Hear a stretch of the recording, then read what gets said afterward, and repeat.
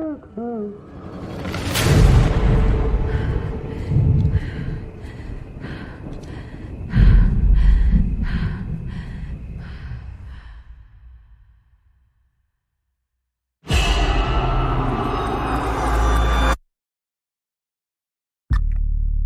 it scary being a lady FBI agent? Yeah.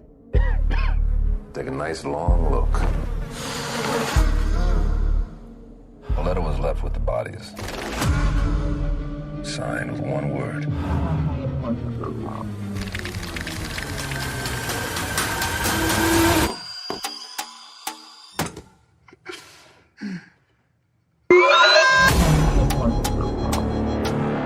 I saw a beast rise up out of the sea with 7 heads and 10 horns.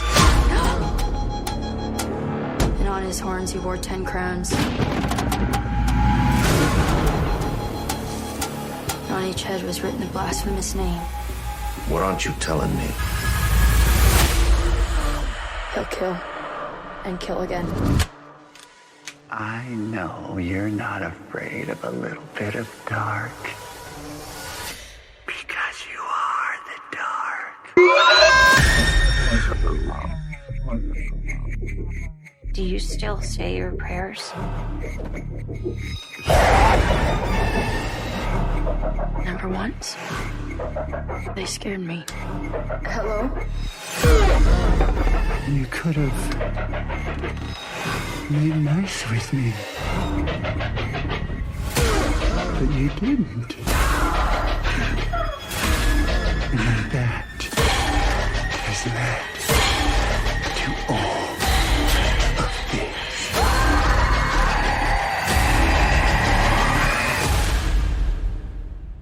I'll be waiting.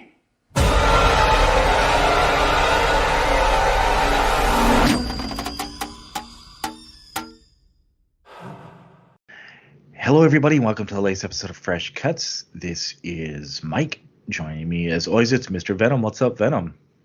Greetings and salutations, fellow Satanists, and I welcome you to what I am now dubbing the Year of Satan. In 2024, my friends, we have gotten some stellar satanic horror films this year, and it's only July, so I'm sure we'll probably get some more. So yeah, I am officially dubbing 2024 the Year of Satan. So how the hell you doing, Mike? I'm doing pretty well. I'm doing well.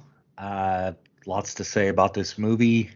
Can't wait to get into it. And I'm glad I'm recording like only a few days after I've seen the movie. That's helping too. So also with us, it's Don and Ellie. What's up, Don? Abba Masafanas, folks. How you doing, everyone? Yeah, what's going on? Yeah, always happy to be here.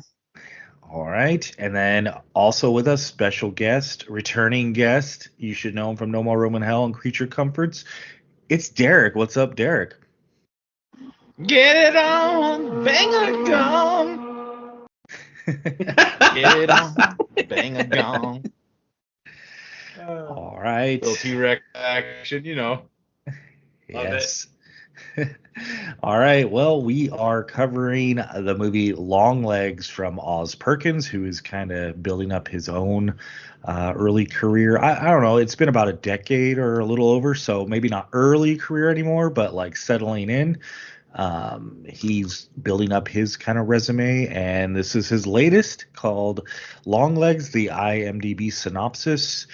In pursuit of a serial killer, an FBI agent uncovers a series of occult clues that she must solve to end the terrifying killing spree, or his terrifying killing spree. Directed, written, Oz Perkins, starring Maika Monroe, Nicolas Cage, Blair Underwood, Alicia Witt, as among Alicia others. fucking Witt. Yeah, it's to be honest, it's actually not a huge cast, but everyone's pretty damn good in this. So we'll start with our general thoughts. Venom, I know you just saw it for a second time, so I'm sure you got lots to say. So what did you think of LongLegs?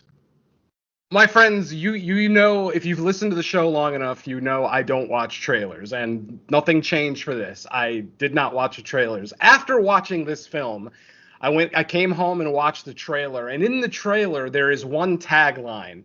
It says that this is the best serial killer horror thriller since Silence of the Lambs. And obviously hyperbole is a major thing. My friends, this movie does not practice hyperbole. This is by far my favorite police procedural since Silence of the Lambs. I fucking love this movie. Oz Perkins is an absolute auteur. Some of the simple things that he's able to do to escalate the sense of dread and atmosphere in his films. This movie is filled with so many wide shots, not long shots where the camera's far away, but wide shots where it makes the viewer feel small. All of these great scenes where the subject, like the person in the shot, is like right in the middle of the screen, but so much of the world is shown behind where they're standing.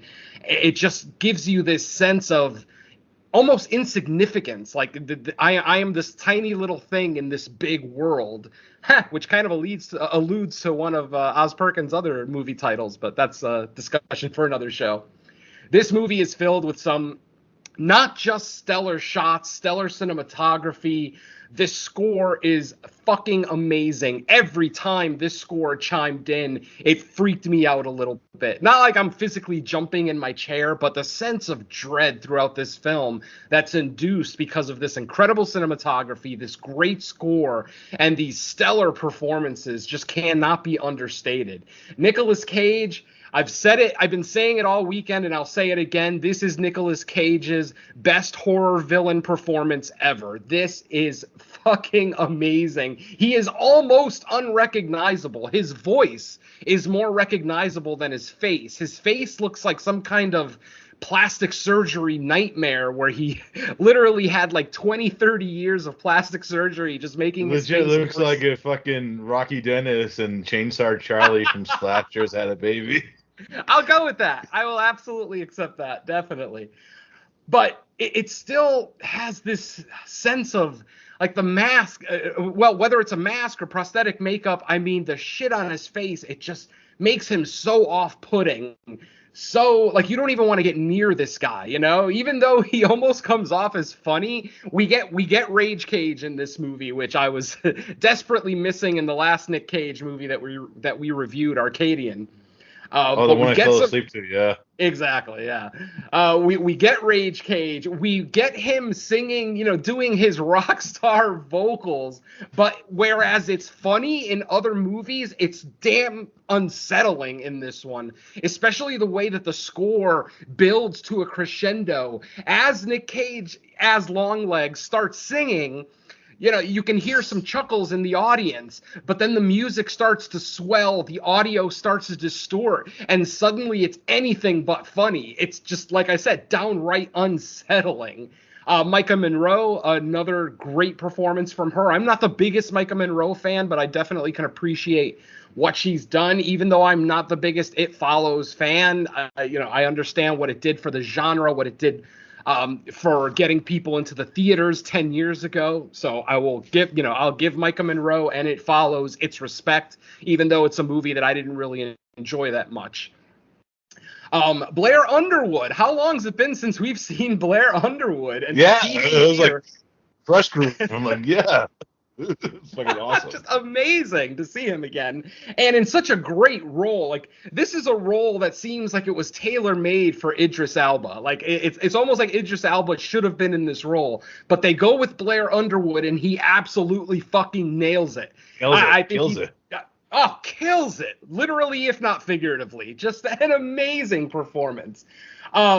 Just, my God, even though this is not that big a cast, we get some gigantic performances here that just take up all of the screen. Even Maika Monroe, with her kind of laid back, almost standoffish personality where she doesn't seem very approachable, she still fills this screen every time that she's in it with just her sense of, I don't want to say like psychic abilities, but her premonition skills, if you will. Just all of that just works so well. And the fact that, another thing, this movie is set in the mid-90s, but they don't slap you in the face with it. There are literally, and I'm not exaggerating, I've seen the movie 3 times now. I saw it 3 times this weekend.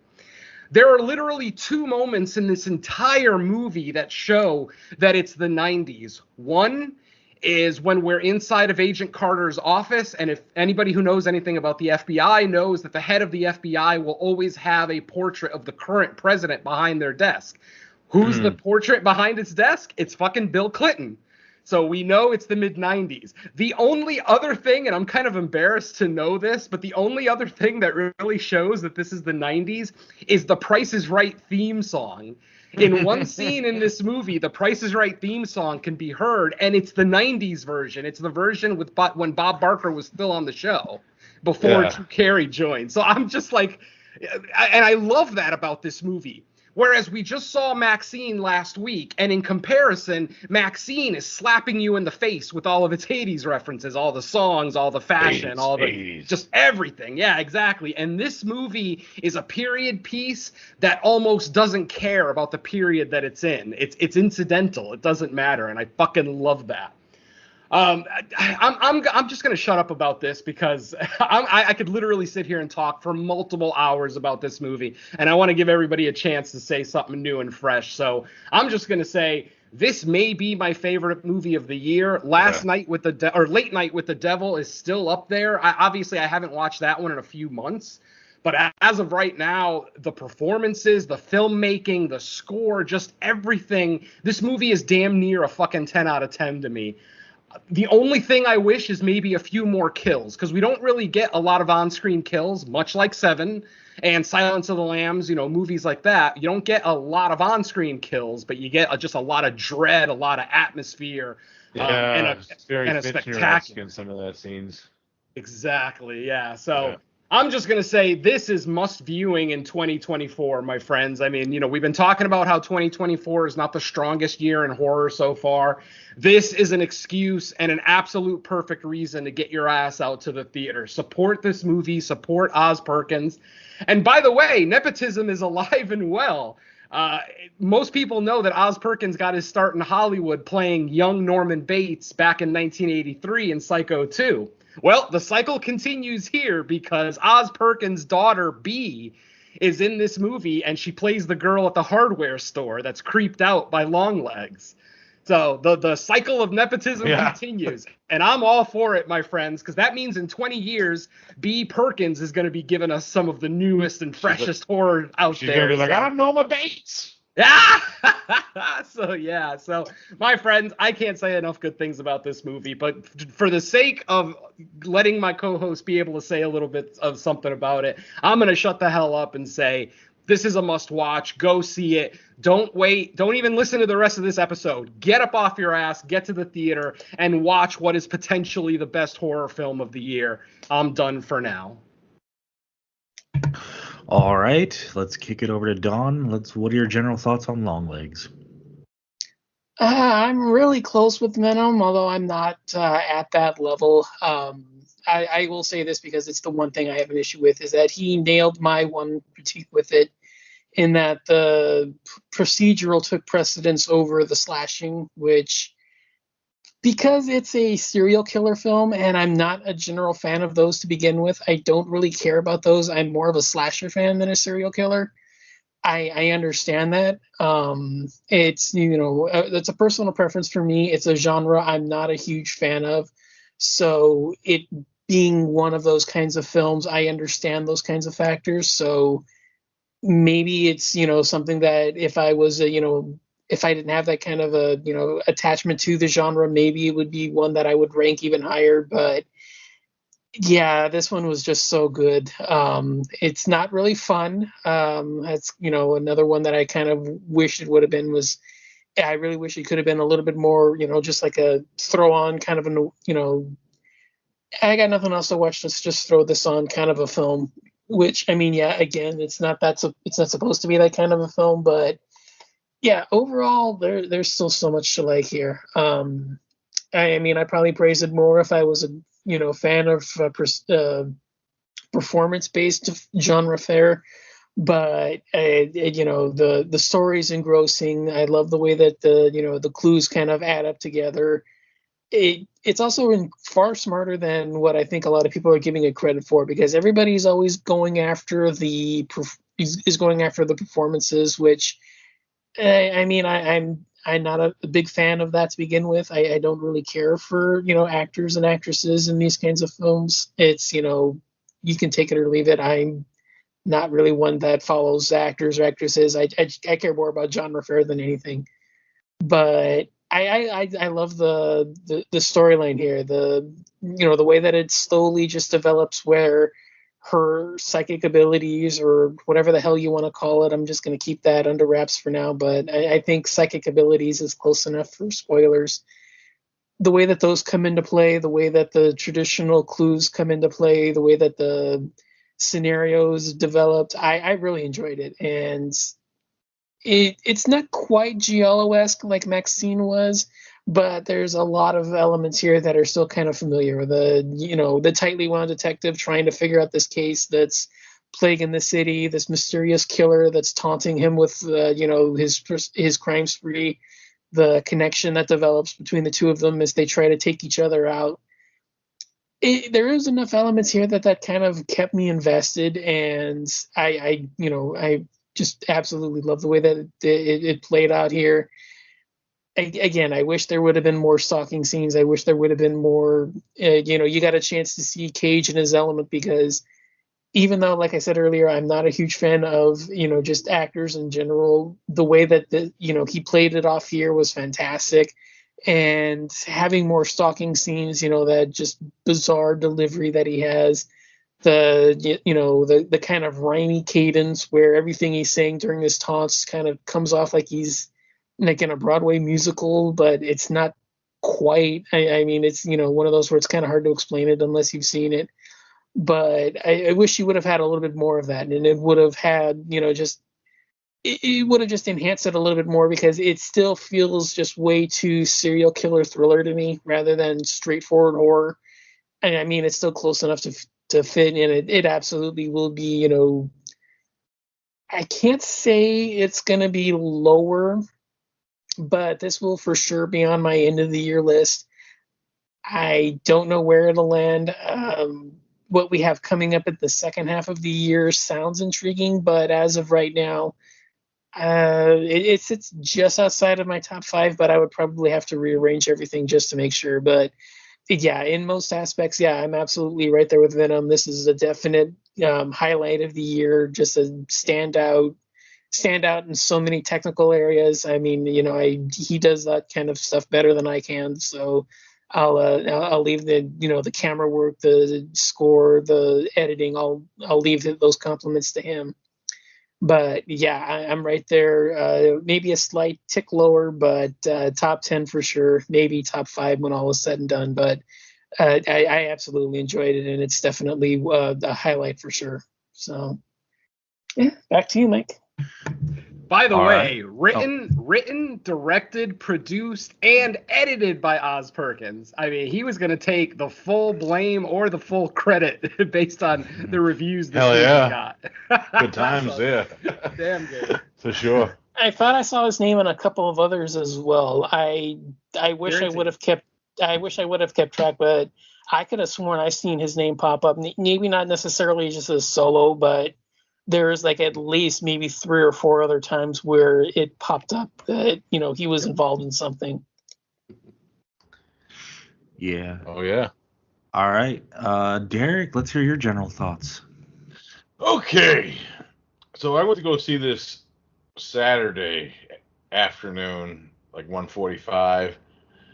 And I actually didn't see the trailer for this movie. I just knew, like, Nicolas Cage was in it, Maika Monroe. I didn't even know who else was fucking in it. So I go to watch it. The opening happens. I'm kind of glued to the screen because I love how this film sets its atmosphere. Like Don says, it's not a happy, fun movie. It's you get what kind of movie this is going to be from the first opening scene, because the music hits in and it's like dread-filled. Even like the screen's very Fitchner-esque with like the cinematography. And the glass lens that they use throughout the movie gives it like this uneasy feel to the film, which I think gave me anxiety through it, because I was like, what the fuck gonna happen next? Is someone gonna jump out at me? Is this turning into Poughkeepsie tapes? What's going on?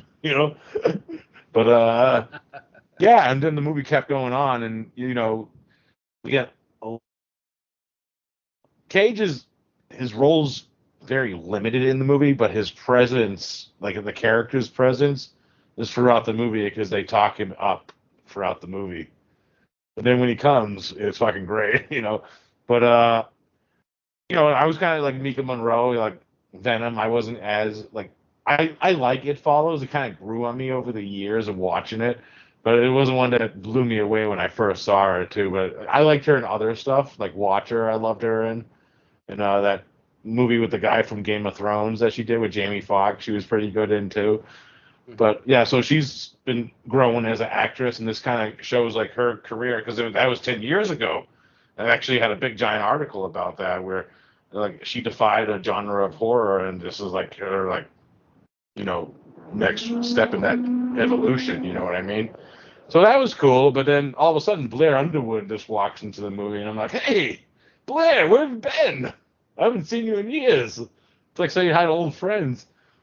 And then, of course, the movie goes on, and then all of a sudden, Alicia Witt, who I actually had the hugest crush on growing up because that was like my era of like 90s girl, redhead. She's actually from Massachusetts, so she kind of looks like girls that I would be into.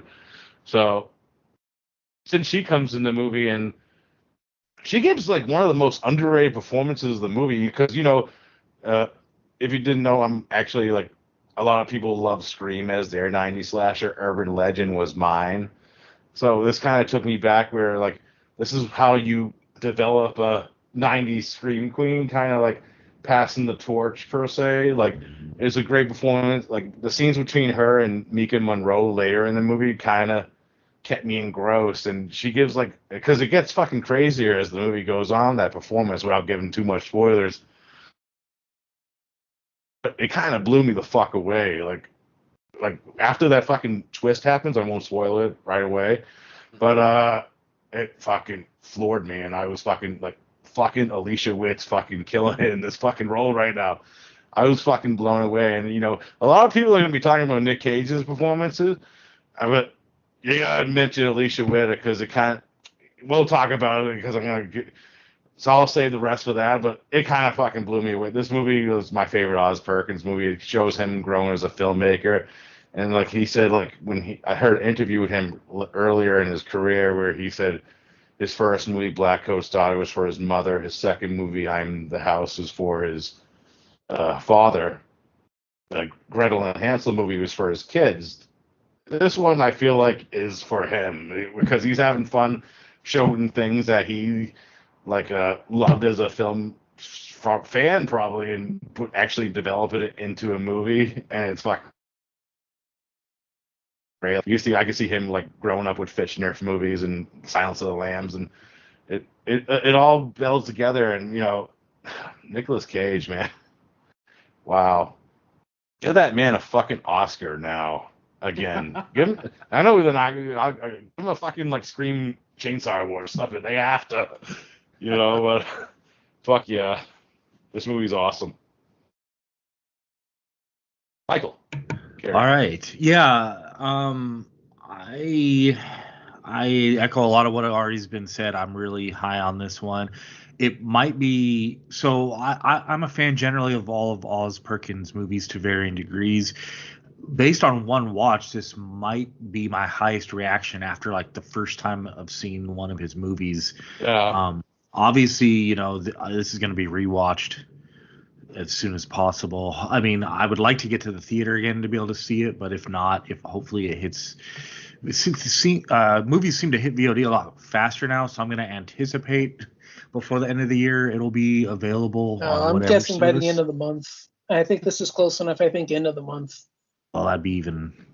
Well, I don't want to say that'd be better because like I would like to get like as much views in the theater as possible. But hey, that's what I'm saying. I think it's early enough I think it's still early enough. It may show up by the end of the month, but if not, it'll be by this time next month. Yeah, there's movie on VOD that are still in theaters. Let's be honest. Yeah.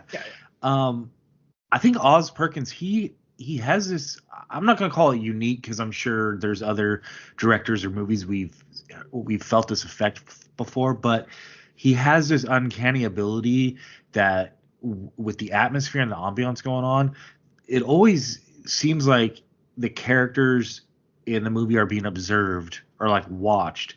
I won't go as far as saying all their actions are always guided necessarily, but there always seems to be like another character on screen that we can't necessarily see or hear, that's with the characters. And that's why a movie like this it feels so like uncomfortable. I would say it's almost more uncomfortable or unnerving over scary, because there are a couple like I guess you could call them scary parts, like jump scares with like using the traditional means of filming, music cues, that kind of stuff. But to me, there's one in the theater, my whole theater jumped. It was fucking. We'll probably talk about it. Yeah, this movie, it's like 100 minutes of just feeling disturbed and uncomfortable, and it's not because there's always something overt going on screen, but it's just kind of like that unsettling sound design. It's the way the characters are acting, which we find out later a little bit why they're acting the way they're acting, almost like half comatose, like they're not fully like in a coma, but it's like they're there, but they're not all there at all times. And I just think it makes for an unsettling experience that really helps the movie. I like the fact that there's elements to the story that I don't even want to necessarily get into until spoilers, because even if you see a trailer or like those little short promos, those don't really give away exactly what's going on. But I like the fact that he dabbles enough in elements without trying to over explain or overindulge to where it just feels like it could be a realistic thing happening. And the way it pushes the story forward and the way it leads to like the third act and what gets revealed is just amazing. And then the ending, I mean, I think he has a knack for making endings that you can call open-ended, but there's enough there to like have good speculation on like what you think has happened. Because I think back to Black Coat's Daughter and the way that movie ended, and you can kind of interpret what happened or what didn't happen. And I think it's the same with this movie. Like, yes, you could say, oh, it's open-ended and ambiguous, but to me, there's enough there from what we saw on camera that you can make a couple pretty good guesses about like what would be next for these characters, or the characters that survive, which I won't even say who or what. But overall, just really well done movie. I think it's really effective. You know, other than that, it's like I agree with everything that's already been said. I was kind of like just blown away with the experience. I feel like this is a movie where like if you go to the theater wanting an experience in addition to the movie, it's like not like a lot of movies you see. Venom, you brought up Silence of the Lambs. I would say that. I would definitely say like I kind of left the theater the same way I left the theater when I saw Seven, and that was like years ago. Yeah, this has like a Seven feel to me, like with the. Yeah, and there's even another quip about Seven that I'll mention in spoilers, but there's no way I could do it right now because it would be spoiling too much. LongLegs has the upper hand. Yeah, overall, yeah, this is highly recommended. I usually recommend seeing movies in the theater regardless, even if it's like a mild recommend. But to me, this is more one that like it's a smaller movie. Neon Pictures. It might be in the theater based on word of mouth after the opening weekend. It looks like the opening week was actually good so far. It's just a movie in the country. Yeah, it's hard to say what that means like after this weekend, but it's made its money. And hopefully that means Oz Perkins is going to get another wide release next, because he's still technically young in his career, even though it's been a good decade. But I can't wait to see what he does next. So I'll leave it at that. Would have thought the guy from Legally Blonde. Yeah. Who would have thought young Norman Bates could direct a movie? Going back to a point that Derek made earlier about some of the inspirations that Oz Perkins had for some of his earlier movies, I actually did watch an interview with him and Maika Monroe before we jumped on this call, and he actually mentioned specifically that his mother was an inspiration for Alicia Witt's character in the movie. of course, not to say that his mother actually did any of the things that the Harker mom does in this movie, but that a lot of her confusion, a lot of her like mental health issues, things like that, reminded him a lot of what he had to deal with when he was younger. Because obviously, with his dad being, a superstar, growing up with that, it's got to be tough. And, being married to it is probably even tougher. So, yeah. And Nick Cage actually made the comment that as he was filming the movie, that he actually got elements of his mother, like things were reminding him about his mother that Alicia Witt was doing. So, I mean, Alicia Witt's character, like Derek said, I mean, Derek is 100% correct. Everybody's going to be talking about Nick Cage's character, but Alicia Witt's performance in this movie is almost, if not just as good as Nick Cage. It is a stellar performance to actually watch. The yang to that performance, you know what I mean? To an extent, yeah, and just the arc of Alicia Witt's character in this movie, where she kind of comes off as like an older, confused, woman in her, later years, who's just kind of slowing down, and then slowly, as the movie keeps going, she gets, more clear, more focused than everything else, and it just changes everything about her. She's almost two completely different people from the beginning of this movie to the end.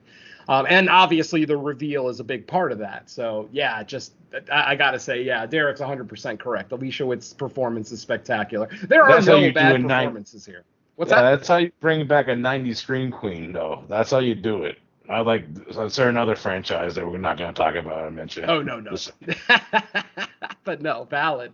Yeah, and Oz Perkins, god damn it. I love all of his movies, and that's saying a lot, because there's directors out there that only have the same amount of movies as Oz Perkins, like 3 or 4 movies under his belt, where I don't like every single one of them. And yeah, I know The Pretty Little Thing That Lives in the House is like his most maligned picture, because it's an ultra slow burn. It is the slowest of slow burns, my friends, and it comes to a very anticlimactic ending, but I adore that film. The set design, the costume design, the basic story, the house. Oh, that fucking house is just, again, unnerving.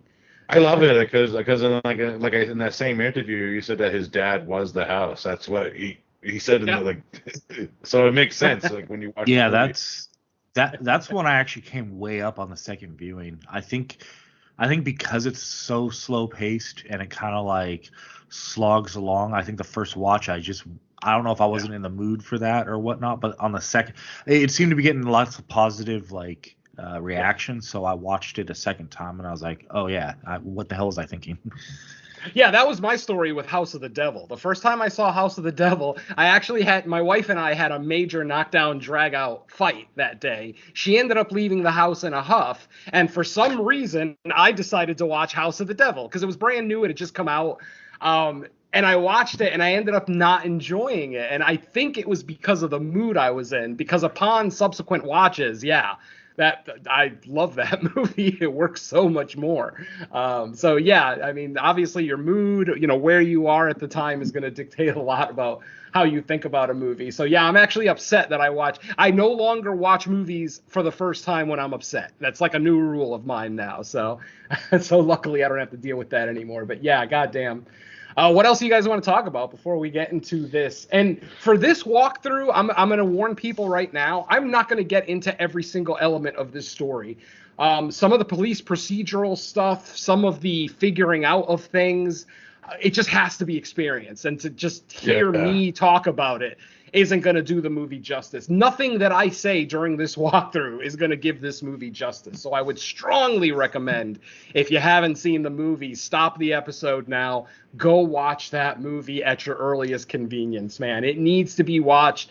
And I'm going to go even more. I'm going to go bolder than Mike even. This has to be watched in theaters. This is an absolute theatrical movie. The score and the cinematography is so immersive. I saw it on Friday on a slightly smaller screen, but then I saw it today on an IMAX screen, and holy shit, and you could hear a pin drop in that theater. Every single person in a very crowded theater was so into this movie that you didn't hear people chewing on snacks, nothing. It was almost like watching A Quiet Place the first time in theaters. And a movie's good when even the teenagers in the audience aren't shutting the hell up. So yeah, this is must-watch horror viewing in theaters. Get out there and see this. I mean, see it in a matinee if you don't have a lot of money. Go on a Sunday morning or something like I did today. But today was my third watch anyway, so that's different. But still, yeah. I mean, I'll turn it over to my co-host. Guys, anything else you want to say before we get into the walkthrough? T-Rex, that's it.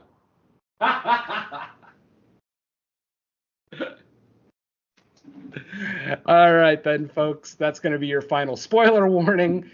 Let's go ahead and get into this walkthrough. And like I said, I'm going to try to be as quick and somewhat elusive as possible, because if you haven't seen this, I know a lot of our listeners don't care about a lot of the movies that we review, so they'll stick around and check out the walkthrough. I strongly implore you to go see this movie. I don't give recommendations this highly easily, and I'm doing it right now. This way as a guest.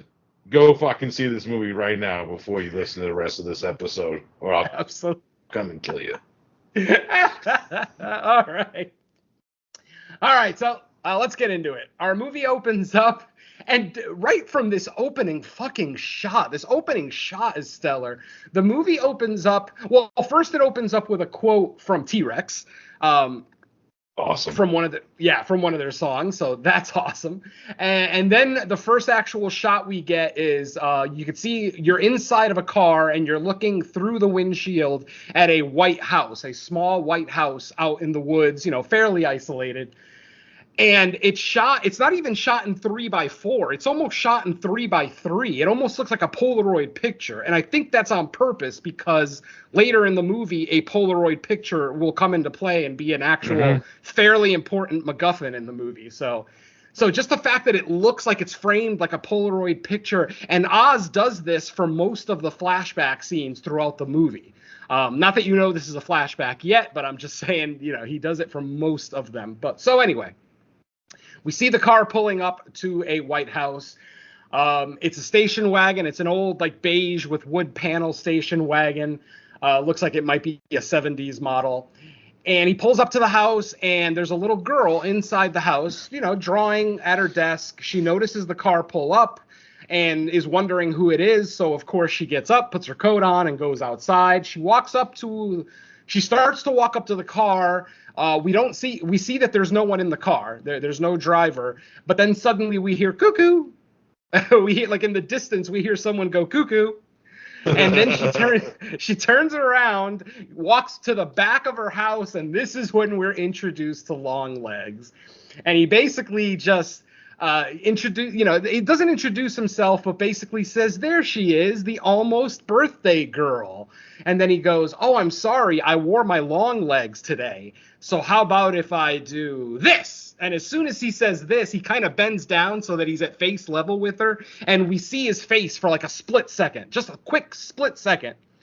By the way, after watching the movie and then watching the trailers, brilliant move not putting a lot of Nick Cage in the trailers. Just absolutely awesome. You needed to do that, because that reveal, when we finally get the full reveal of Nick Cage's face, holy shit.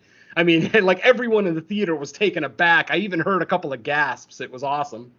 So that's our cold open. After that, we are introduced to, what's her name? Agent Lee Carter, Special Agent Lee Harker, played by Maika Monroe. She is a young FBI agent who's just been assigned to this new office that she's working with.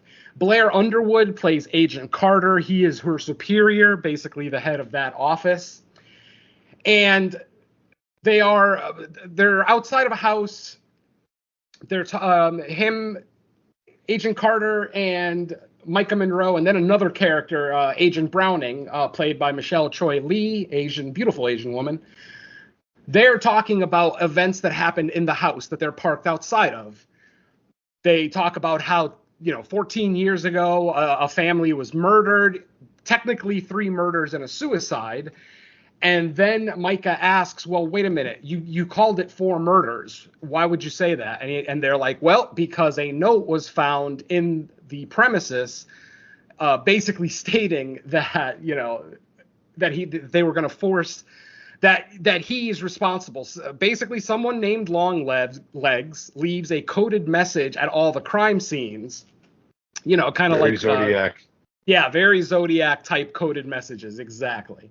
And and obviously the FBI can't decode them right away, but in comes Maika Monroe as Agent Lee Carter, who has a little bit of some premonition involved. So actually, I'm going to skip this scene, and I'm going to talk about the first interaction that we have with Agent Harker. She is assigned with a partner to go house to house, door to door, to ask people if they've seen someone. They are on the hunt for a serial killer. We're not sure if it's LongLegs at this point that they're talking about. We make the assumption that they are. But as soon as they pull into the neighborhood, her partner, who's being basically a condescending douchebag male who doesn't, want to listen to his female partner at all, basically is wondering why she's, kind of out in the ether. She's not paying attention to the things that he's saying, blah, blah, blah. And finally she says, he's right there. He's in that house. And of course the partner's like, what are you talking about? What do you mean he's in that house? How do you know? And she's like, I don't know. Something's just telling me that he's in that house. The partner obviously is standoffish, doesn't, says, no, you're just being silly. And he actually tells her to relax twice. Guys, trust me, never ever tell a woman to relax. Let me repeat that. Never ever tell a woman to relax in any circumstance whatsoever. I assure you, it's the wrong thing to do. Trust me. Anyway, after telling her to relax a couple of times, he ends up saying, you know what, fine, I'll go check the house. And I'll show you that it's not what you think it is. So he ends up walking up to the front door, knocking on the door. As soon as the door opens, he holds up a clipboard asking the person at the other side of the door, excuse me, have you seen this person? And then bam, single gunshot rings out through the night. And the FBI agent's dead on the ground, bleeding through the skull. Yeah, they basically shot him right in the face. Now, Harker obviously pulls out her weapon and instantly charges into the house, trying to find who just shot her partner. Dr. Lecter. Yeah, Dr. Exactly. Oh my God, it was the basement in Silence of the Lambs all over again. It was awesome. She eventually gets upstairs and she finds the guy, but he's already sitting on his bed with his hands up in the air, like he's already giving himself up. I don't know why he decided to kill one FBI agent and not the other one, but whatever. And it's not LongLegs. It turns out it's another serial. He was like, fuck that. Yeah, exactly. So he is arrested without incident. He doesn't resist. They take him in. And then after that is when Lee Harker is then, people are like, wow, how did you figure that out? They also show a scene because after an FBI agent is involved in a shooting death, they have to take like a test, like a mental acuity test. And we see her taking that test where she sees a bunch of single frames and she has to say, what it reminds her of, blah, blah, blah. Eventually they deem her, mentally fit to continue work, blah, blah, blah.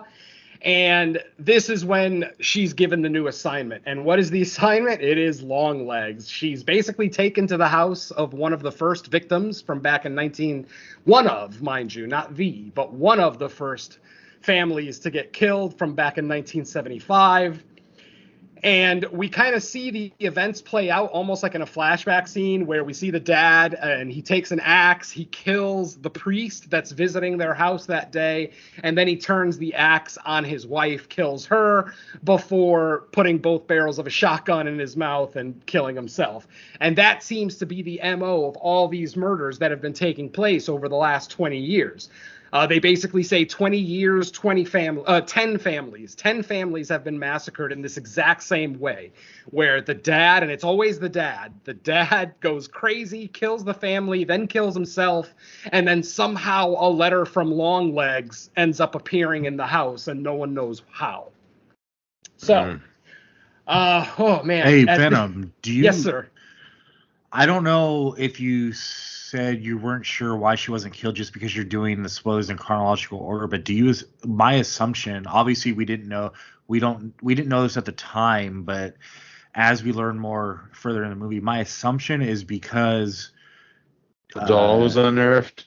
Because of like the twist that we learn, it's almost like the devil or whatever occult was at play eventually was like trying to use her later. Absolutely. I was going to get to that when it gets revealed. Okay. All right. We don't know that yet. So, yeah. That's so cool. Because there is a reason, there is an explanation as to why Agent Harker has these premonitions, but we get the reveal of that later. But anyway, so there you go. Man, where does the movie go? Where can I go from there? We get various flashback scenes. I was gonna say, is this the same house where they find the cross on the floor at the barn, or is that a different house? No, the barn. As it turns out, the barn was what was it? What did they call it? The something family farm. The Clear family farm, something like that. They called it, and that was basically the site of LongLegs' first massacre. But they didn't know that it was LongLegs. Maybe he wasn't leaving notes at the time, or well, actually, the note was. They end up finding the note that he left from 20 some odd years earlier. They end up finding it in the modern day. Fuck it. Let's talk about that. Let's talk about the Clear massacre. Basically, the Clear Farm massacre is an event that happened over 20 years ago where, like I said, and it's the one that I already described, that we already saw the flashback for. Now, usually all of these families, the thing that they have in common is that they have young girls in the family, and the girls are all about to they're all about to have a birthday on the 14th of that month. Why the number 14? I think I figured it out on my second watch, and when we get to it, I'll see if you guys agree with me. Okay. So we find out that, they're not necessarily being killed on the birthday. They're being killed anywhere from 6 days before to 3 days after the 14th. And there is a very specific reason why. And we find out, or should I say that Agent Harker finds out through her investigations, that the killer is basically using the numbers almost like they're laid out like on not a normal calendar that has like weeks, but like a calendar where all 31 days are just in one line across. And she basically circles all the dates of all the murders, of when all the murders occurred. And she realizes that they're forming a shape. And the shape is an upside down triangle, which is an image that we're going to see multiple times throughout this movie, the upside down triangle. But one of the points isn't circled. One of the points of the triangle isn't circled, and it's the 13th. And they're like, well, no murders have occurred on the 13th, so what about the 13th? And, of course, Harker thinks, oh, that's probably when the next family is going to be killed, blah, blah, blah. So they decide, okay, a good place to start this investigation is going to be to go back to where it all started, to go to the farm. So they end up going back to the Clear family farm where, like I said, Dad killed everybody except his daughter, Carol Ann, who wasn't around at the time. She was at school. That's right. She was at school, so she wasn't there to be murdered. Lucky for her. But because of the events of her father killing everyone in her family and then killing himself, she has a mental breakdown and is taken to a mental facility where she basically has been this whole time. So for she was like comatose too.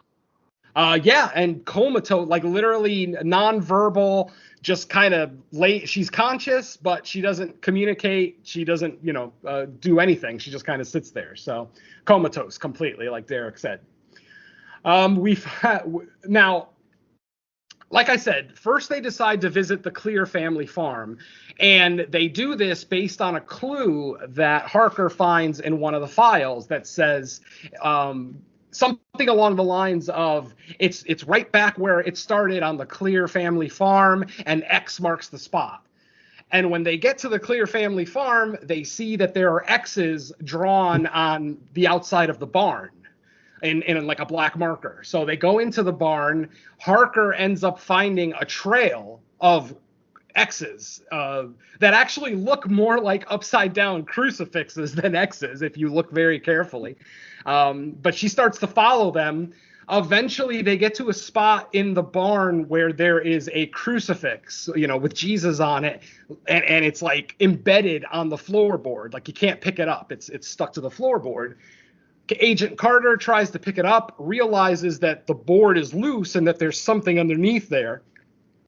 They start removing the boards, and they find a box. And on top of the box is another one of those triangle pictures, and it's got a little smiley face drawn in the middle of it. Almost like LongLegs knew that it was going to take them this long to find this thing. Don't forget, this thing's been there for 20 years since the original crime back in 75. Okay. They open up they find a box, they pull it out, they open it, and they find a life-size doll, like a doll of a Those little the girl. Poughkeepsie tapes all over. Yes, exactly. I got Poughkeepsie tape vibes as well myself, because I love that movie and I watch it a lot. But yeah, they pull out this doll. A bunch of its hair, it's missing, so it actually somewhat looks like the girl in the Poughkeepsie tapes. Yeah, I couldn't believe it. Oh my god. And when they pull it out, we get a silly jump scare where they pull the doll up and then the camera slowly zooms into the doll and the doll's eyes open up, like a doll's eyes are supposed to when it sits up. We then see a forensic scientist looking at the doll, trying to figure out something about the doll. He figures out that the doll has been made by someone who's very skilled. The doll is very beautifully made. The hair that's on it is actual human hair, which is why the hair has been falling out, because it's human hair. So once you pull it off of the human body, it starts to break down without all the essential oils from our skin and everything. So the doll basically looks bald. And then they find something inside of the head of the doll, and it's basically just a metal sphere. I thought Phantasm was about to start. Yeah, exactly. I'm like, oh, okay, the tall man's the greatest crossover ever. I would have loved it. But yeah, Agent Carter asks, what's up with this ball? The forensic scientist basically says, well, I mean, there's nothing in it. We can't detect anything in it, but you might find this interesting. And he ends up holding like a microphone up to the ball, and the ball is emitting like a weird high-pitched hum. Guess what, folks? In the interview with Oz Perkins that I watched, that high-pitched hum is actually playing throughout the entire fucking movie, but we don't notice it. I didn't notice. I watched it 3 times this weekend, and I did not notice it. Yes, in the audio track, that hum is playing beginning to end of this fucking movie, which it's one of those subtle touches that just makes him an absolute auteur. Something that most 99.9% of us won't even notice it unless you have like super hearing. But fucking brilliant. I love it. Anyway.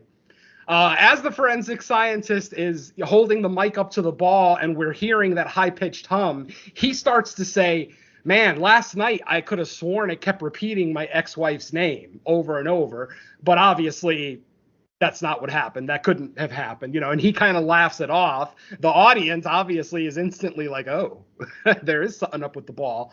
So anyway, Agent Carter asks the forensic scientist if he can open the ball up. The guy says, well, sure, I'll open it up, but there's nothing in there. We've already done an x-ray. There's nothing in there. And then they do eventually open up the ball. We don't see it on screen, but we find out later that they do open it up and nothing comes out. There's literally nothing inside of it. So later on, we're back at the FBI headquarters, and Agent Carter basically asks Agent Harker, what are you not telling me? You're hiding something. And what is she hiding? She's hiding the fact that earlier in the film, LongLegs actually visits her, actually goes to her house. And, in what is a incredibly creepy scene, somehow is able to get her out of the house. And he gets into the house to drop a message onto her desk, and then he disappears. He doesn't actually attack her or do anything crazy like that, which, goddamn. And then in the note, which is coded, and the funny thing is that he actually gives her the key to unlock the code. So these coded messages that the police have never been able to figure out, LongLegs literally gives her the solution in a birthday card that he drops off at her desk. She's able to decode the message. Oh, what was that, Mike? Or Derek? No, I was saying, yeah. I was agreeing. Yeah, awesome. So, let's see.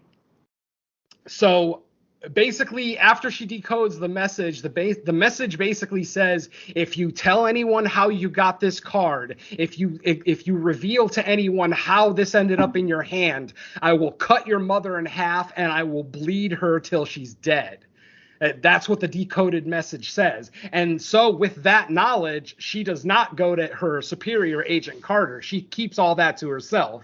And Agent Carter apparently is perceptive enough to know that she's hiding something.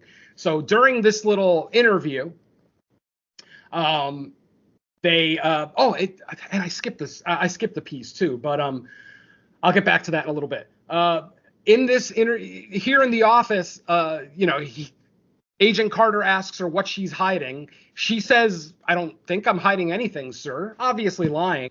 But then he reveals that her mother, that Agent Harker's mother, actually submitted a police report back in 1974, right before her 9th birthday, literally the day before, January 13th, 1974, I believe she said was the exact date.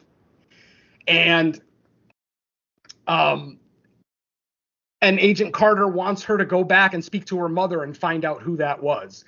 She does exactly that. She goes back to her mother's house. Now, her mother this is where we first meet her mother as Alicia Witt. We've heard her voice on the phone multiple times before this, but this is the first time we're seeing her on screen, and we see that it's Alicia Witt with gray hair. And she's very, like I said, she seems like she's very like up in the clouds, like it, doesn't have a lot of concern about things. She's almost like I don't want to say dementia or Alzheimer's, but just, very nonchalant about everything. Mm-hmm. Eventually, Lee Harker asks her mother, "So who visited us that day before my 9th birthday?" The mother basically says, "I may have forgotten everything that I've ever known, but I never throw anything away. So anything that you might have from that day is probably still in your room." So she does exactly that. She goes up to her room. She looks around. She finds an old toy chest that has a box of Polaroids in it. The Polaroids are back. And while she's looking through the box, she looks at the first couple, and they're just Polaroids of like her and her mother, nothing special. But then she runs into a picture and she freezes. And you see the horror start to appear on her face. And she actually has a little bit of a flashback. Maybe not a flashback, but like a minor hallucination where she sees like an evil dark image, snakes, other, kind of satanic iconography. Yeah, it's a giant jump scare. Yeah, exactly. That was a good one. Yeah, that was a good one. And so she ends up taking the picture, going back to Agent Carter, handing it to him, and basically saying, "There's our guy." Now, Agent Carter's like, "What? You have a picture of him? What's going on?" And she's like, she doesn't tell him that she took that picture as a child because she probably didn't remember. But she gives it to him. She says, "That's the guy. I remember when he visited, blah, blah, blah, blah, blah." And they start a big old national manhunt. Now, the manhunt doesn't last long because they end up arresting LongLegs probably, like a scene or two later at a bus stop in the middle of nowhere. He's carrying a suitcase and a guitar case. It almost looks like he's about to go on tour. Plus, LongLegs has long hair, so he kind of looks like an old rock star, like an old Foghat member or something. But yeah, he ends up getting arrested, taken into FBI headquarters, and then this is when all the, the interview, the cryptic and demonic interview stuff happens. We saw a little bit of it in the trailer. He starts talking, just like I said, very incoherently talking about Lee Harker. And like I said, now people are wondering, how does he know who you are? Don't forget, Lee never told them that LongLegs was actually at her house earlier in the film. Yeah. So everybody's wondering, how the fuck does he know who you are? And he knows you by name. He knows your birthday. Like, what is going on? Hey, baby, it's your birthday.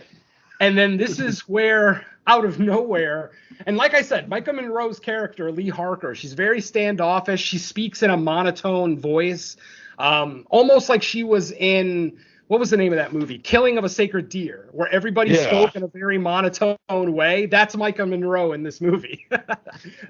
So anyway, out of nowhere, she starts to read a Bible passage. And that Bible passage is, "The dragon stood on the shore of the sea, and I saw a beast coming out of the sea. It had 10 horns and 7 heads, with 10 crowns on its horns, and on each head a blasphemous name." Now, my friends, that is from the book of Revelation, chapter 13, verse 1. What is 13 plus 1? 14. It is 14. And what is the birthday of all of the little girls of the victims of these families? The 14th. He's literally taking the 14th from a Bible passage, Revelation 13, chapter 1.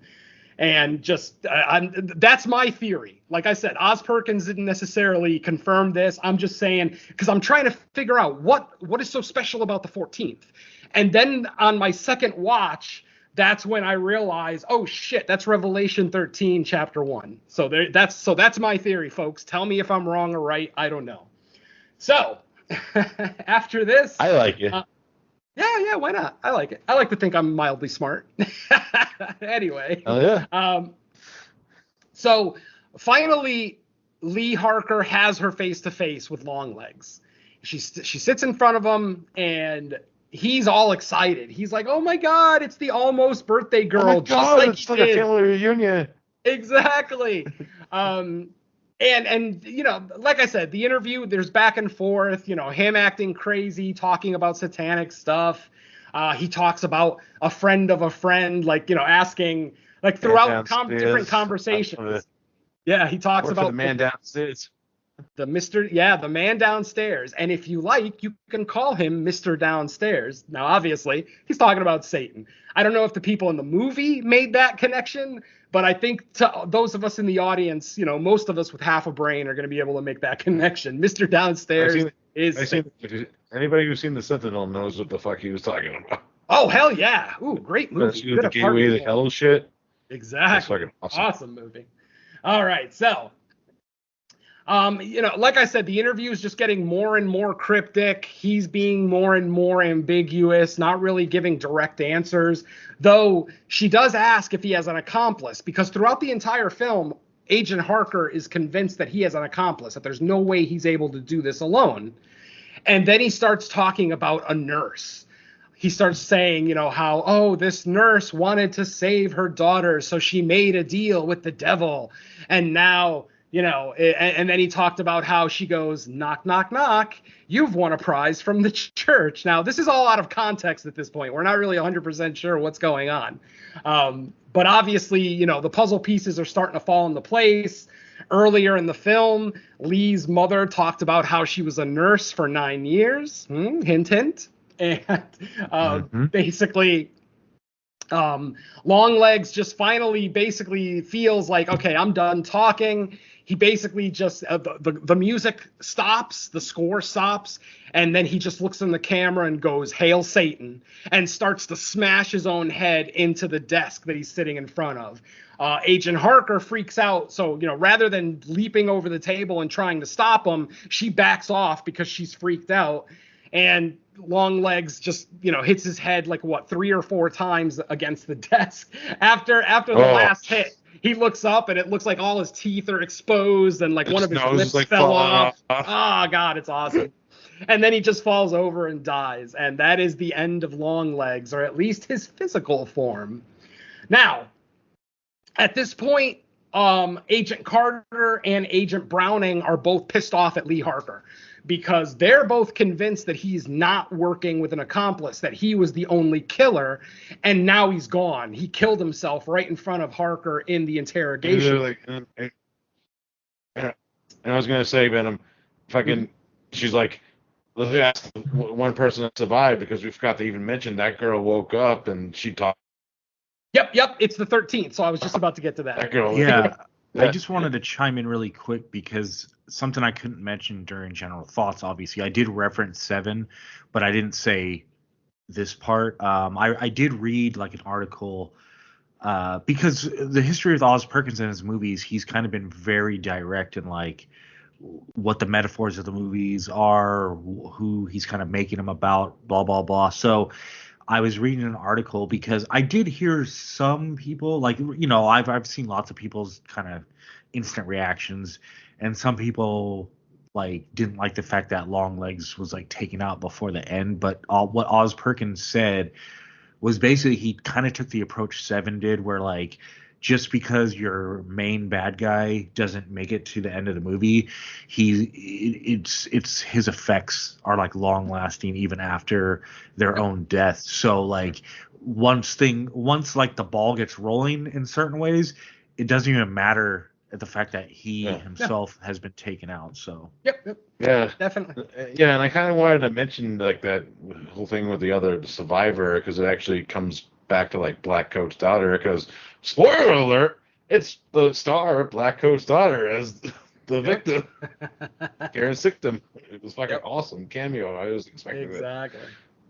And the scene that Mike and Derek are kind of alluding to occurred earlier in the film, where Agent Carter and Agent Harker go to the mental facility to visit Carrie Ann, the survivor of the Clearwater. Is it Camera? I'm sorry, the Camera Farm Massacre. I've been saying Clear the whole time. It's Camera. Her name is Carrie Ann Camera. I knew it was a weird name. That's why Clear, for some reason, was sticking in my head, but it was Camera. And basically, remember earlier I mentioned that she's been in a mental institution and, you know, she's been catatonic for 20 years. Well, literally. She woke up when she opened the door. Literally, right after they went to the farm and found the doll, they went straight to the mental facility, spoke to her, and she talked about the visitor that she had the day before.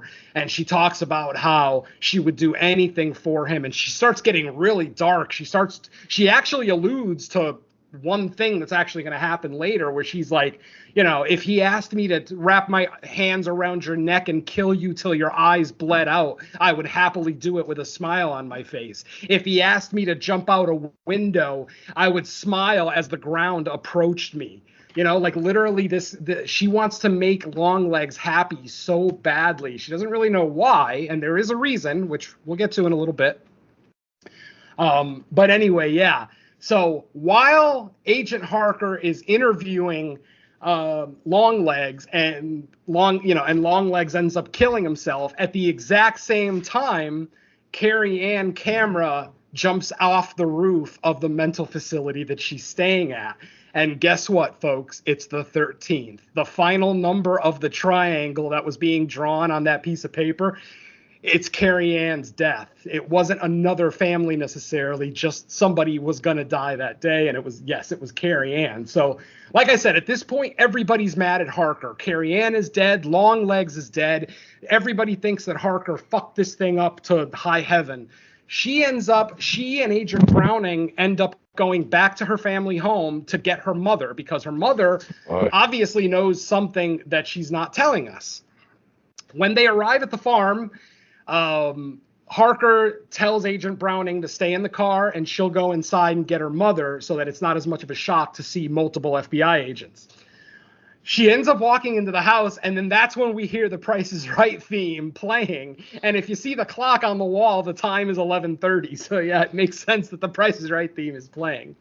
But then what we see outside the window is we see Mrs. Harker, Lee's mother, approaching Agent Browning from behind the car, and she fucking hood on. It's fucking awesome. Yeah, with her fucking, almost like she's auditioning for The Witch or something. She got this badass hood on, walks up to her, and unceremoniously just fucking blows her away with both barrels of a shotgun. Fucking awesome. Agent Harker, inside the house, hears the first shot, runs to the window just in time to see her mother reload, walk to the other side of the car, and take another double barrel shot at Agent Browning. This one we actually see, and we see the blood spread all over the inside of the car. It's pretty fucking gnarly. The fact that we got that second blast on screen, I was like, holy shit. Yeah, that's definitely Mom making sure that she doesn't get caught because she still has work to do. And that's a little bit of a spoiler. As Harker comes out, she goes to the car. Are you spoiling the spoiler section? I know. Go figure. Oh my God, what is wrong with me?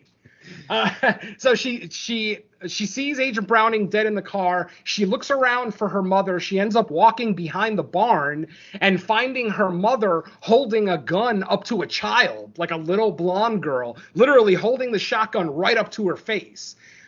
Agent Harker pulls her sidearm out, points it at her mother, and says, "Stop right there. Put the gun down." At this point, Harker's mother moves, showing that the child isn't a child, it's a doll, and it's a fucking doll of Lee. of her as a little girl. The doll looks exactly like her from when she was 9 years old from the opening scene. By the way, when the cold open occurs, you don't realize that that's Lee Harker, obviously, because you see it out of context. But yes, we find out later that that actually is her and her mother back in 1974. Now, the mother says something very cryptic about, she still has work to do. There's still something that needs to be done. And then out of nowhere, she shoots the head of the doll with the shotgun, blowing the head of the doll into a fucking million pieces.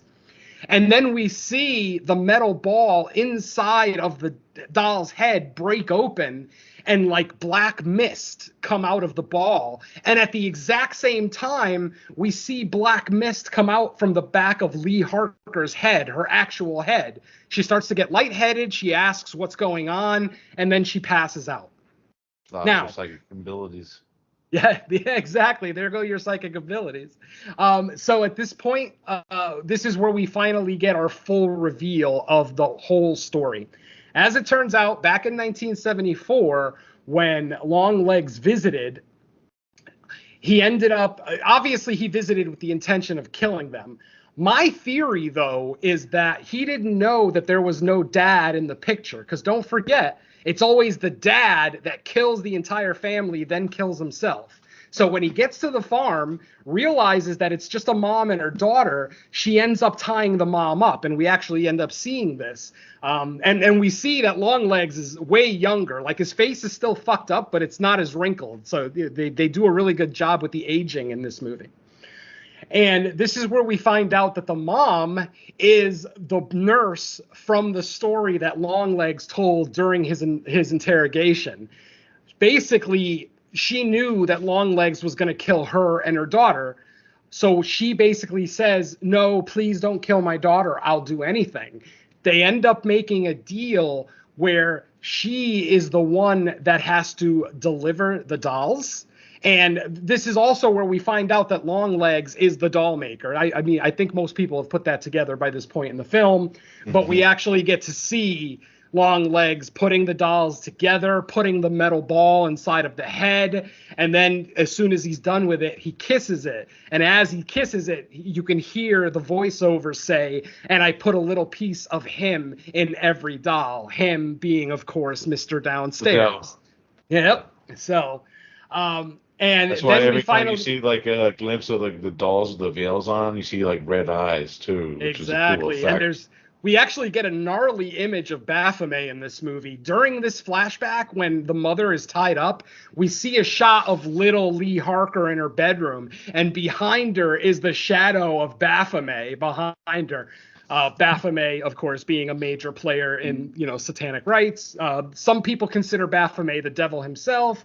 Some people consider him just like a general of hell, blah, blah, blah. I'm not going to get into that right now, but if you know who Baphomet is, then you know how gnarly that image was of the shadow of Baphomet standing behind her. And he looked like he was about 9 feet tall standing behind little Lee Harker.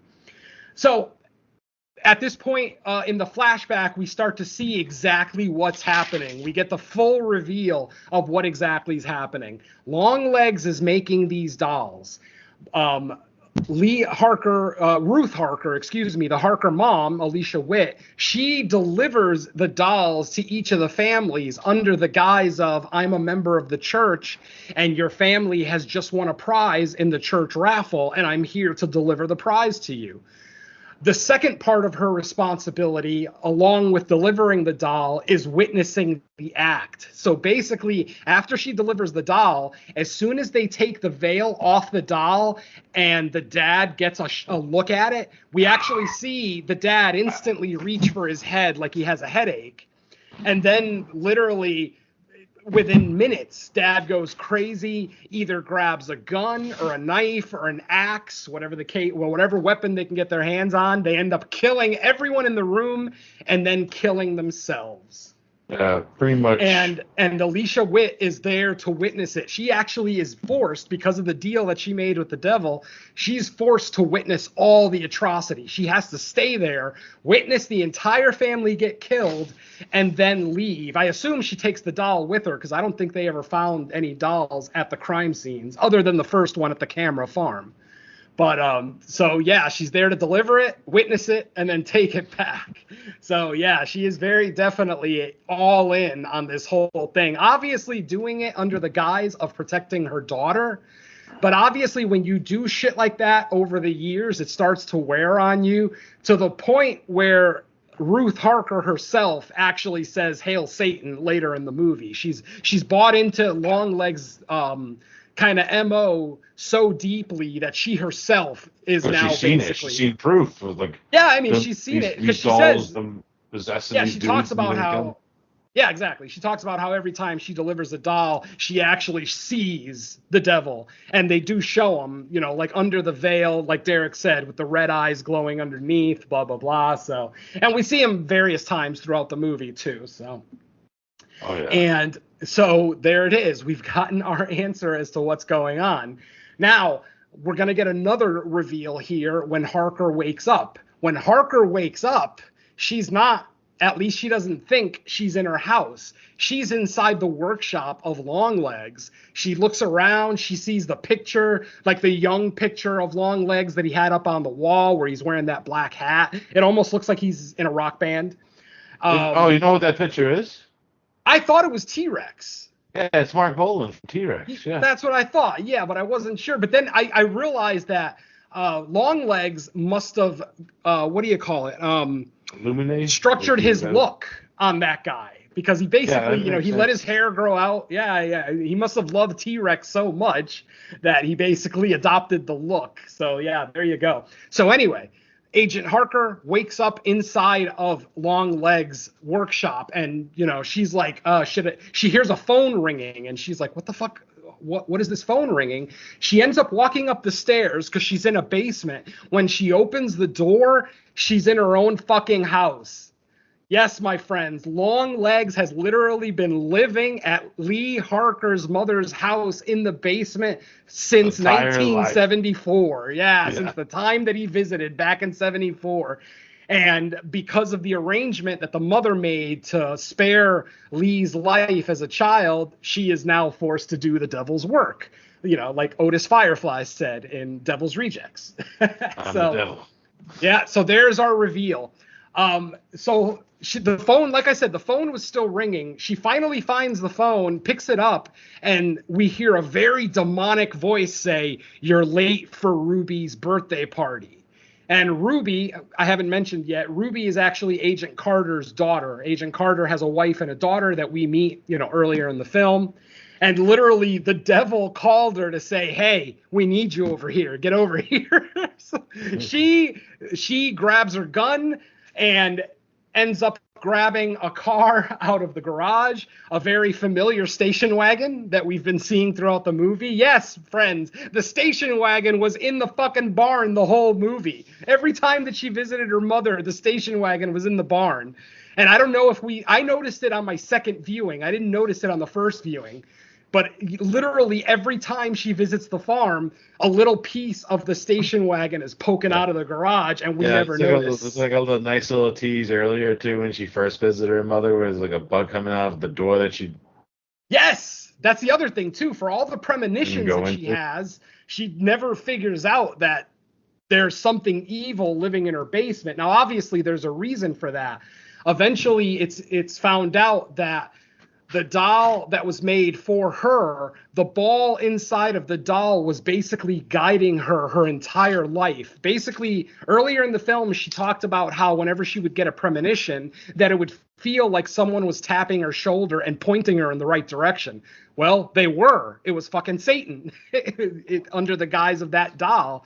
Basically, telling her exactly what she needed to do. Still having control of her, yeah. Exactly. Total control, and she doesn't even know it. So anyway, she rushes over to Agent Carter's house, and when she gets there, she's greeted at the door by Agent Carter and his wife. They're, in good spirits because it's Ruby's birthday, and they invite Agent Harker in. And as soon as Agent Harker walks into the living room, what does she find? Her mother is sitting on the couch, and Ruby is playing with a life-size doll that looks just like her. And Agent Harker basically tells Agent Carter, "Agent Carter, that's my mother."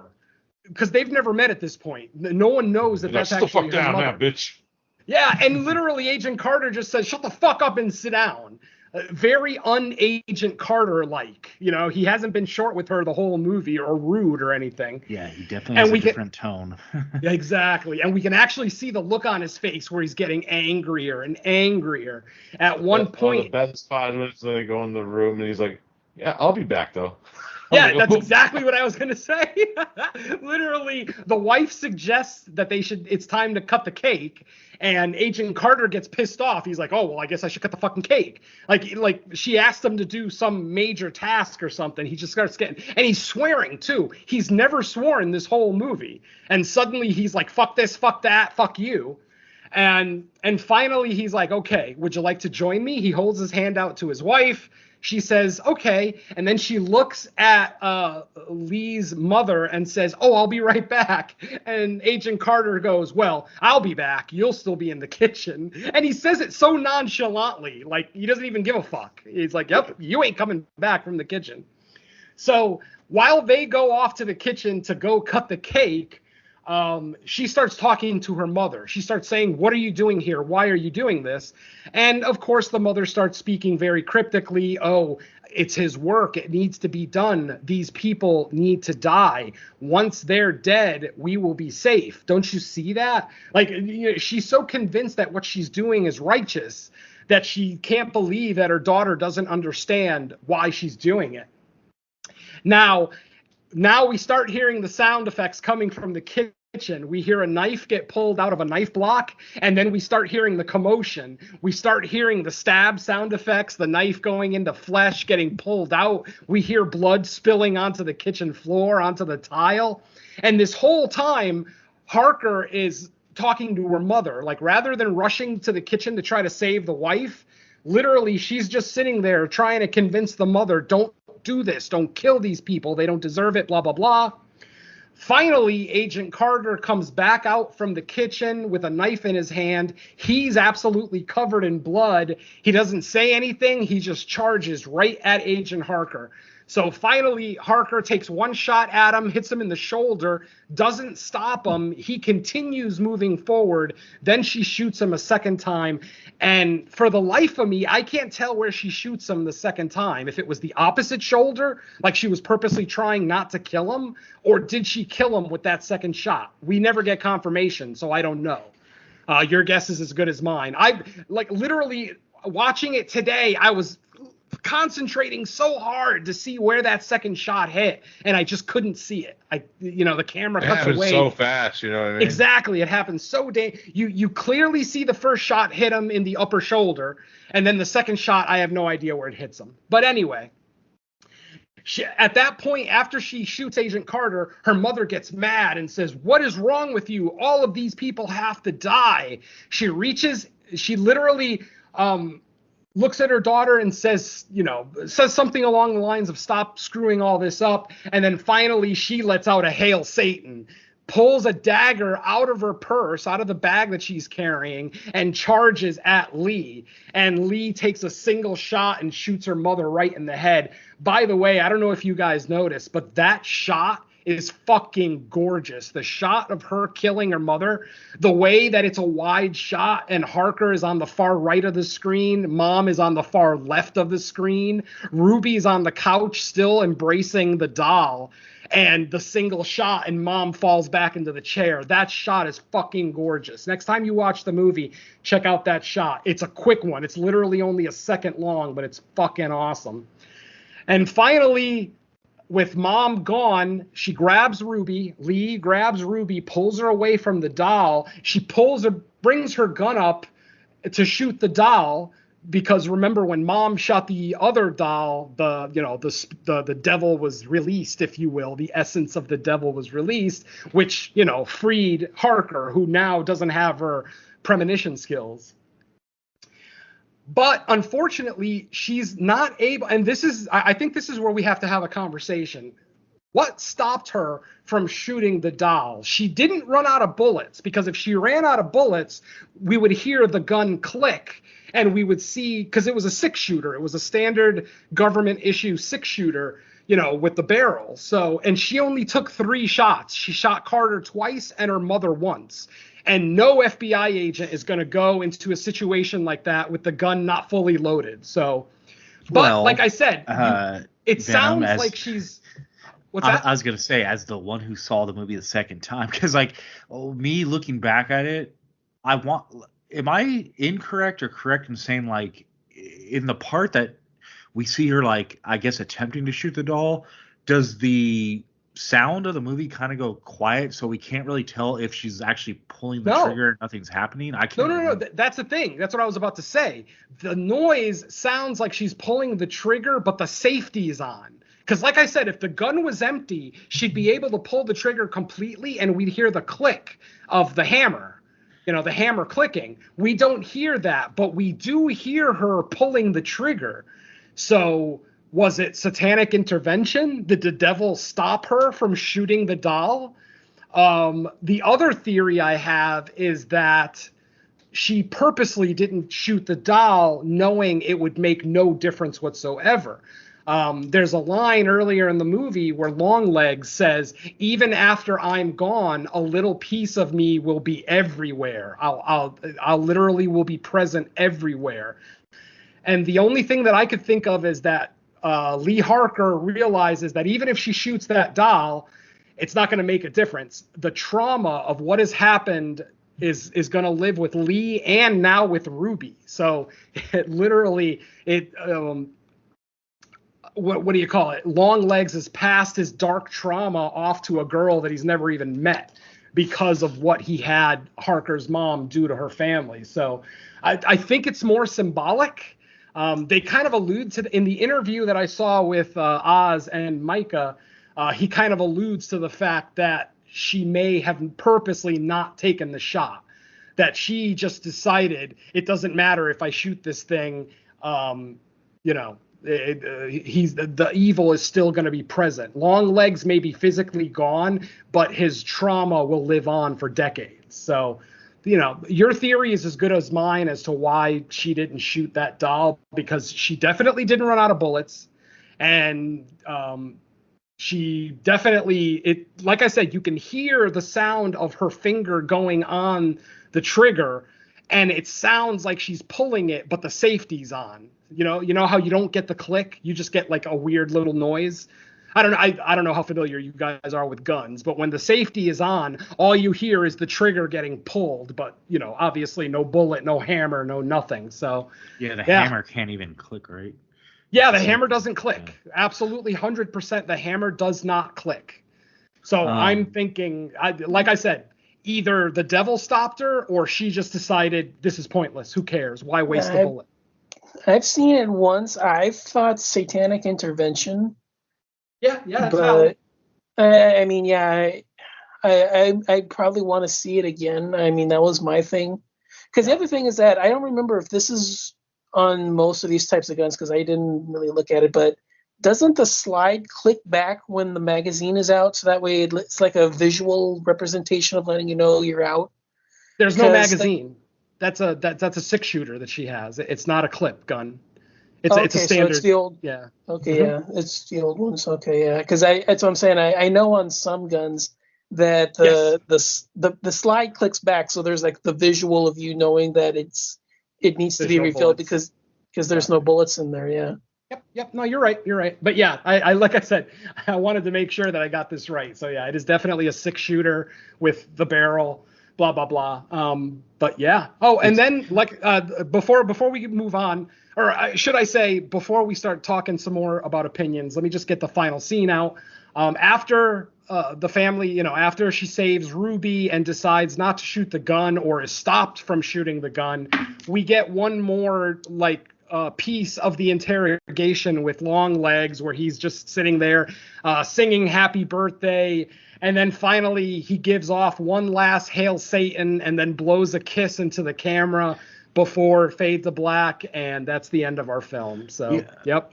It could also go back to so I know some people are theorizing at the end that basically she is possessed. That's why she doesn't kill the doll, and basically she might become some new version of either what her mother was doing or Longlegs himself. Ooh, God, I hope not.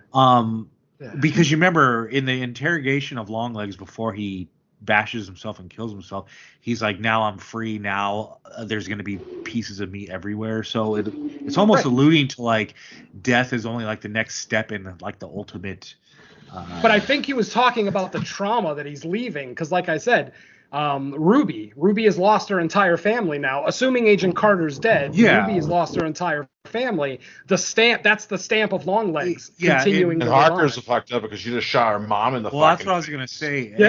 That's what I was alluding to in general thoughts. I couldn't really elaborate on it, but I feel like the end of this movie, whether you think that she's possessed and now she'll become like an evil participant, or she's just straight up having to live the rest of her life with this trauma, it's a downer either way. And even though it's kind of ambiguous, to me there's enough there to go either way with it, and it still makes the movie great either way. Like if it could be 100% definitive, proven one way or the other, it's still great. Well, I'll just end it. Go ahead, Derek.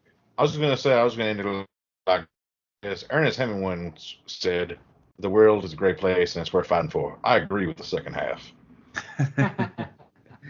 I'm going to say she wasn't possessed because they destroyed her doll.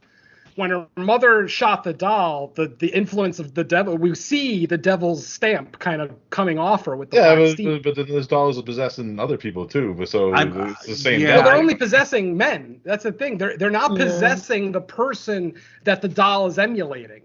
They're possessing the dad. Yeah.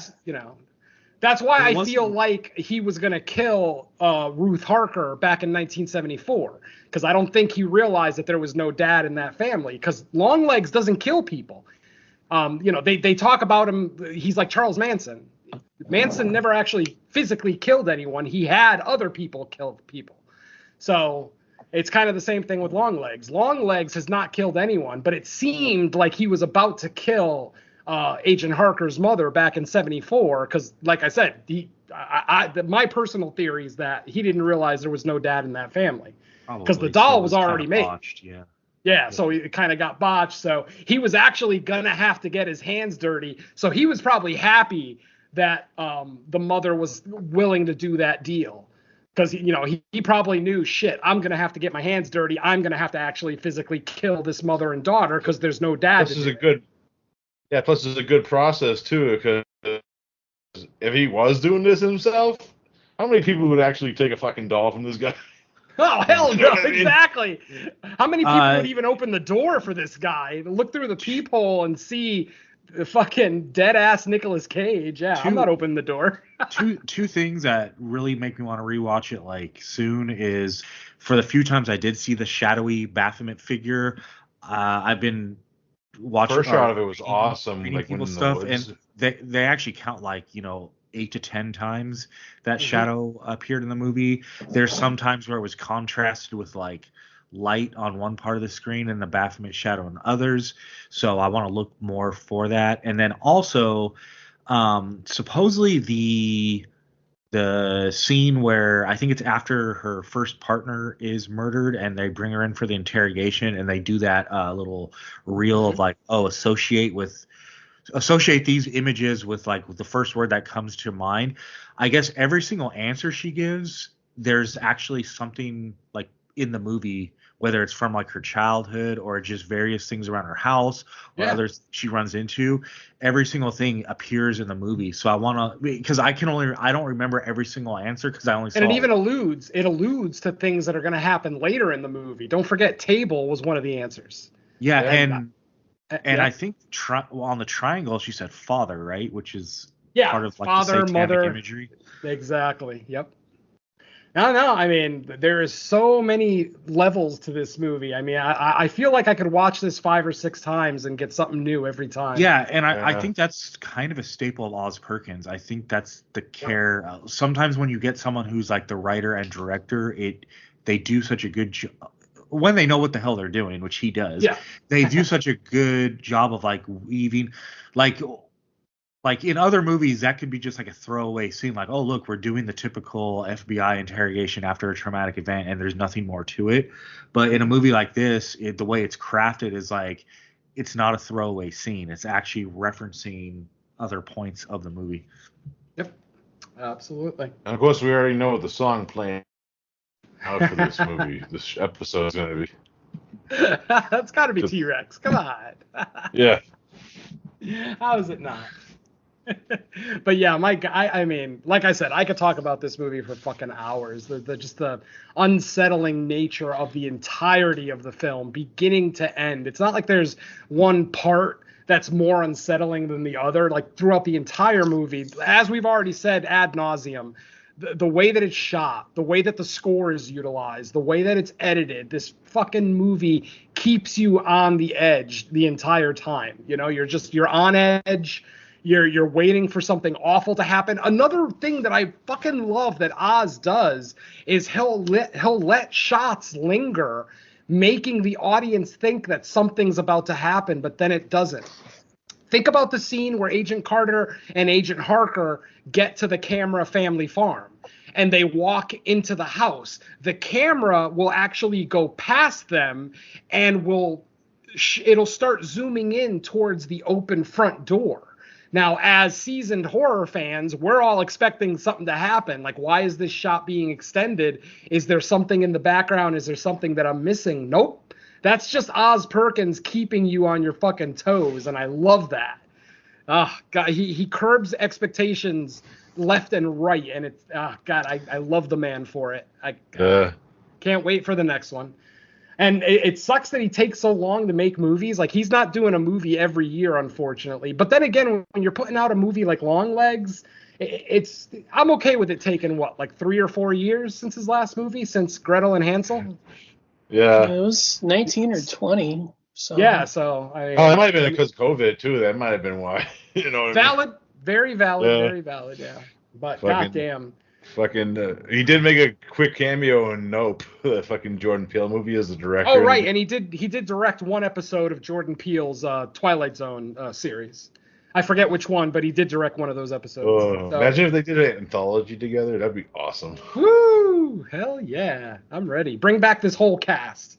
Yeah, Shipka and everybody. Just bring back this whole cast and do an anthology. That'd be awesome. But yeah, there you go, folks. Potentially my favorite movie of the year. We'll have to see as the year comes to a close in about 5 months. But yeah, that was an experience. I saw it every day this weekend because I wanted to talk about this on Friday as soon as I walked out of the theater. But I almost saw it a second time yesterday. I was so bored last night. I actually thought about going to see it a second time. I want to see it again, too. I might see it on my next day off. Maybe like a Thursday or something. I mean, we've got a break from theatrical horror now for a couple of weeks. So, yeah, LongLegs. Hopefully LongLegs gets a long life in theaters because it's getting a great word of mouth. Like I said, number 2 movie in the country next to Despicable Me 4. But animation, family movies always make a shit ton of money. So the fact that this opened at number 2 in July, that's pretty fucking impressive. So, yeah. Rock on, Oz Perkins. Fuck yeah. Hail Satan. Hell yeah. Hail Satan. All right. That's going to wrap up our episode on LongLegs. But before we get out of here, let's find out if there's anything new from everybody. So, Venom, anything new since our last Fresh Cuts? No. Not a whole lot. Yeah. Creature Comforts episode 26 is still the latest episode. We're right now putting the finishing touches on the planning stages for episode 27. So look for that before the end of July. Crystal Lake Gift Shop episode 5. I'm just now putting the finishing touches on that edit. So I would imagine as you're listening to this episode, within a day or two after that, Crystal Lake Gift Shop episode 5 will be available. And on that episode, Mike, Lacey, Lou, and myself look at the Halloween episode of Friday the 13th, the series, which was episode 5 of the series, which aired right before Halloween back in 1987. And I think that's all we have. The main show got postponed again, so hopefully we'll be doing that new later cursed this episode. week. the new cursed episode, as I called it this weekend. But yeah, hopefully that'll be out sooner than later. And look for Lacey Lou to make yet another appearance in the No More Room in Hell family on that episode. And that's pretty much all I got. Bava, Mike. the more better. Ah, Bava. All right, how about you, Don? Not much. Just not much else. I mean, as mentioned, Creature Comforts. Looking forward to that one. My NFW run is just starting. We released the first one on their Summer Shark Month series. We looked at the Italian Jaws ripoff, D Blood. Still got. We've recorded 3 so far. I think we're supposed to record at least one more. Maybe there's going to be 2. I don't know. There's at least 3. Like I said, as of now, we've recorded 3. I'm supposed to record one more sometime this week, and then I don't know if there's going to be another one after that, but there should be at least 4. And the only other thing I have is the entirety of season 3 for Horror Countdown, which is on hiatus until the new year, but all the episodes are available and ready for you to go wherever you find your shows. So go ahead and give that a listen. Nice. All right, how about you, Derek? Nothing. Next. Well, everything else has been said already. You know what I mean? Yeah. I'm just like, just listen to whatever has been said already. There you go. Yeah. For me, just what Venom said. Main show got postponed, but we have a tentative reschedule pretty soon, so hopefully that happens. And then the only thing I've recorded is one of the episodes I'm doing for Duncan's horror head-to-head show. It's kind of like I don't know if it's an official replacement for Summer Series, which got pushed to next year, but it is just like something he's doing different this year. More fun?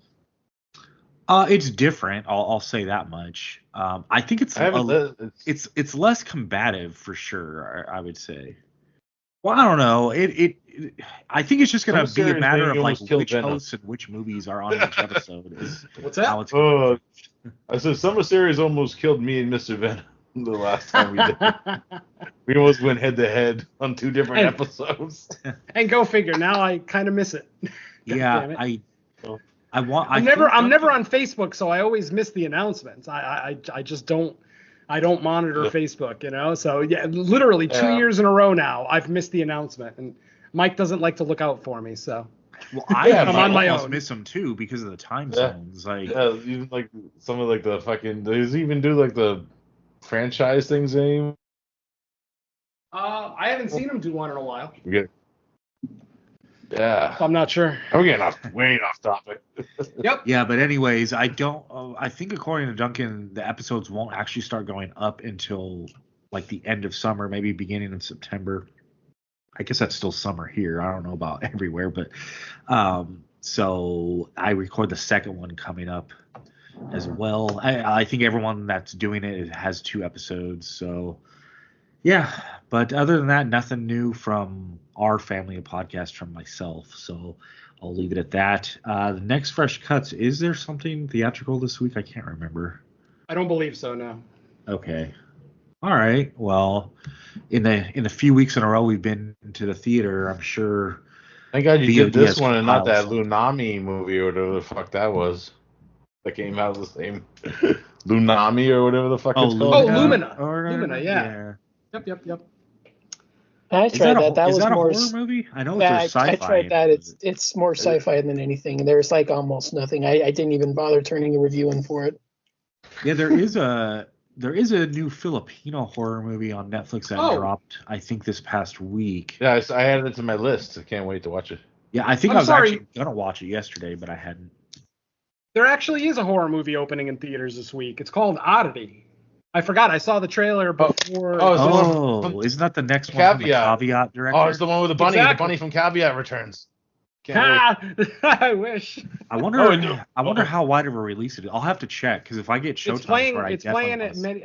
I got lots of showtimes at AMC out here next weekend. So. Okay, yeah, I'll check my apps because I'll have to watch that one too. Yeah. I remember Caveat. It was like a kind of a mixed bag, but there was enough loved elements that I wanted to see what was coming next. Oh, I did like it. I remember being high. I remember being the highest on that movie because it's a weird setup. It's a very weird setup with, you know, the whole isolation in that house. But yeah, I fucking loved it.